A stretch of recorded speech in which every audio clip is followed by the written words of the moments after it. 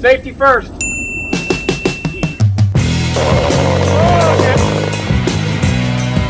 Oh no! No! Oh no! Oh no! Oh Jesus!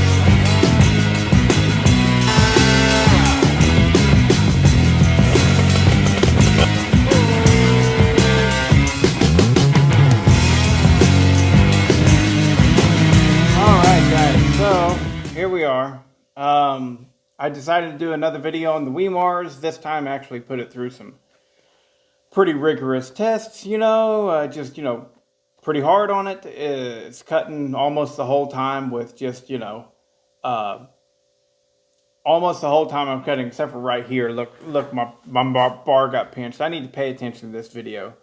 So that round right there, man, that whole tree, as I'm cutting it, it wants to pinch. Right now, I'm telling you, where I cut, it's already closed completely up.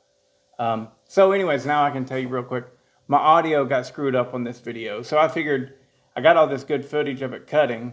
I'll just go ahead and show it cutting, and then I'll jabber on like I do. I'm good at that. But so today I ran an entire tank through this Wemars. And, I really wanted to see, because, Tim Bauer had asked me, seriously, he's like, no, seriously, how good is it on a scale of from 1 to 10? And I was like, considering I paid $149 for it brand new, it's a 10. It's a 10. And that got me thinking. I was like, am I overhyping this saw? And so today, my wife, Irene, she's like, let's go get some of that wood. We got to start splitting it and stacking it. She's right. It's like, okay, well, I got big rounds that I've got to continue to get cut up. And some of these are very big, that's a 20-inch bar on that Wemars. And I say 20 inch, it's probably not an actual 20 inches.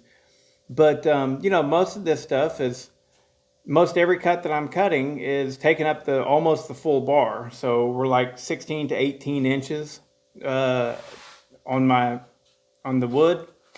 And I got to cut it like this because, it's too big and heavy for me to pick up on an entire round. This was a very big tree. And I used to do it, though. An entire round, a big one. I would muscle that up into the truck. But then I was like, man, I ain't gonna do that. I'm gonna end up hurting myself bad. So I stopped it. But watch this. That's a little bit of editing magic for you. But yeah, the Wemars is just, for $149. It's goofy how good it is. And now this is not exclusive to the Wemars brand. There are other ones that are really good as well. Like I know that the people have talked really well. I've got a couple subscribers, I think, that talk really well about the Salem Master. And but you do your research, you look at the reviews. If this one is reviewing high, just trust that. They're all the same saws. It's just some of them are built to looser standards, it seems like. But no, this one right here, I did a measurement of it. I did measure it out. And it does appear to be just straight up, it's 59 cc's. But there is some tricky math in there for if a company was wanting to exaggerate the size of this engine. Then they could go, oh no, that's 34.5 millimeter stroke or something like that. There is something like that, and maybe it is like 61 cc cylinder possibly, but from my direct measurements, this is a 59 cc saw, and I would bet that all of these Zenoa clones that claim to be 62 cc's, they're really 59 cc's. That I think, I have no way of proving that. I've got one of them. So, but the two that I have tested, both of them was just total bullshit on the CC ratings or the size that they say it is. They claim that it is. But it's not important. It's got 59 cc's, and that's a 60 cc saw, and it pulls really well. So last time I ran this, I actually had a 20-inch with a 3/8 inch bar. 20-inch bar with a 3/8 inch chain. And that was because I was clear coating that Wemars bar, because I like the way it looks and I want it to last a little bit longer. Whenever I have that, I clear coat the bar before I put it into the wood. And but now, as you can see, it's running its actual it's stock bar and chain, and that chain is good. I mean, look at it; that's doing good. It's a full chisel chain. Look, I've done that 4 or 5 times in this video. I wish you could hear the actual sound, because I'm just like, I mean, what more proof do you need? I'm cutting through this stuff, and it's an impressive little saw. I mean, I never had to, whenever I was letting it warm up, it was sitting there, and it sat there for probably a minute warming up, and then it loaded up and quit. And so I immediately knew that I needed to lean out my low jet, and so that's what I did. I leaned out my low jet, and whenever I did that, I backed out on the idle adjustment just a little bit, and then I fired it up, never touched it again. It just sat there, and it ran and idled this whole time. It's just been running perfect for me. And, look at that. That is a big round of red oak. And I've already cut several at this point. I've cut several big rounds of red oak. And the chain is still sharp. What really surprised me was the chain didn't stretch. Not much. I mean, I don't think it stretched at all, honestly. And look at that. That bar tip is barely coming out, It's just flat out. For what you pay, it is an impressive saw. Husqvarna or Stihl do not have a chainsaw that will touch this chainsaw in performance, right? In performance for less than $500. They don't have it. I mean, they don't have it. The closest thing to it is probably going to be the Stihl 311, and that's $700 almost, once you get taxes and stuff like that. I think it's like $649. And the Rancher, the Husqvarna Rancher 460.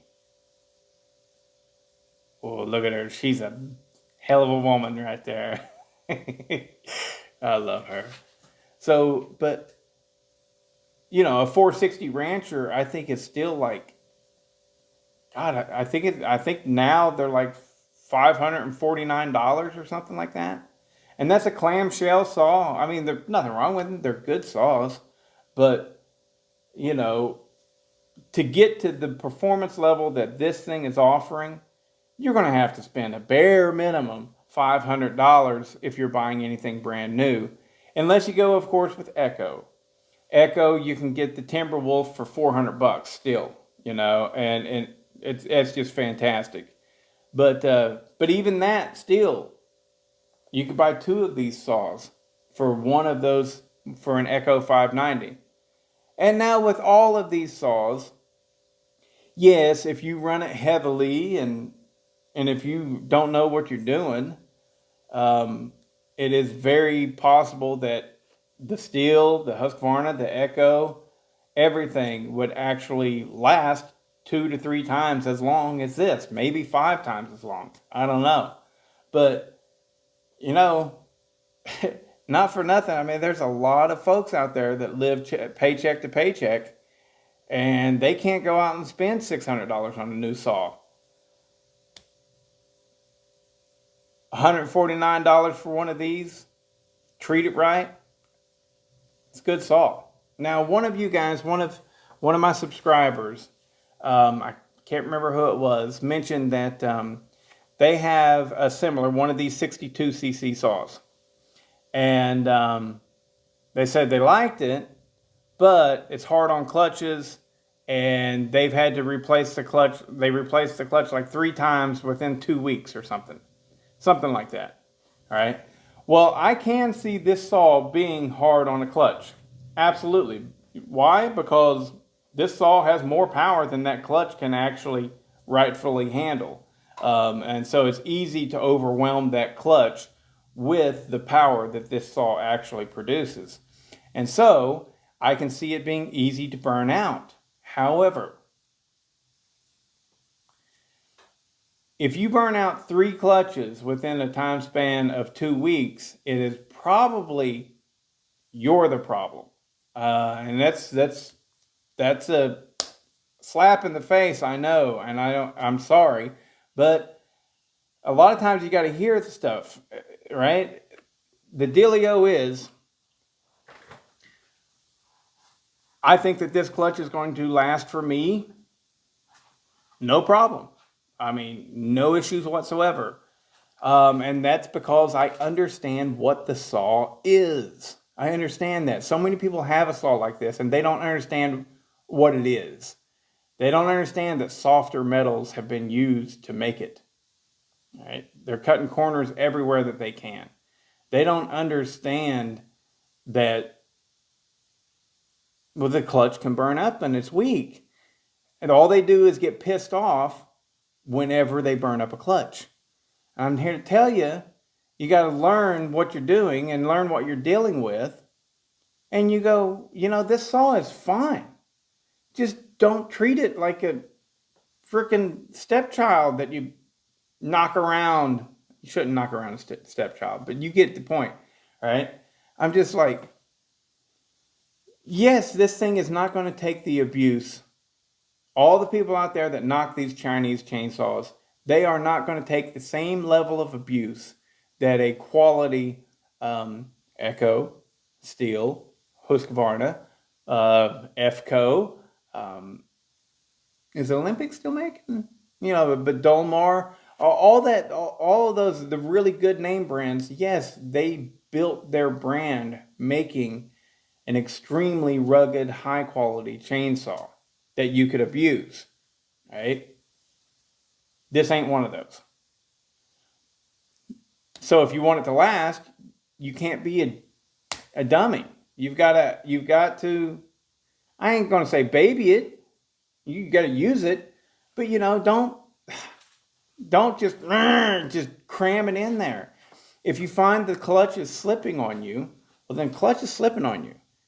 Every frickin' chainsaw that I have ever ran, and I'm certain everything that's in existence, except for possibly some of the old gear drive setups, you can override that clutch. You can dog it too hard, and it bogs. Well, the engine is not actually bogging. It's the clutch is slipping. If it was the engine, well, it would stop the engine. Yes, the engine's having a hard time, and so it is kind of bogging. But what is happening whenever you're like, right? You all know it. We all have done it. What is happening, the engine's still spinning, but the clutch is stopping because you are putting too much pressure on it. And whenever that happens, you heat up your clutch. These are soft metals used in this clutch, right? And if you do that much at all, you're going to burn up that clutch. So don't dog it so hard, If you have 3 clutches go bad on you within, say, 2 or 3 weeks, even 4 or 5 months, honestly, if you have 3 clutches that are going bad on you, you have one of 2 possible problems. One, you're the problem. You're dogging it too hard. You are abusing that chainsaw in a manner that it is not capable of being abused, or two, you're doing so much production that you have no business running a saw like this. All right. If you're like, say, a professional firewood cutter, all right, you've actually got a little business and you are cutting cord after cord after cord. You're cutting 40 cords in a year to sell. Let's say you're doing that. This ain't the saw for you. Walk away. Now, if you want to play with it and everything, I encourage that. But you got to understand what it is. You can't say the clutches are trash. I went through 3 in a month. They're just trash. And then just walk away with it. No, it's a $149 saw. Right? Either you are abusing it because you don't know how to run a saw properly, right? Or you need a bigger, better saw.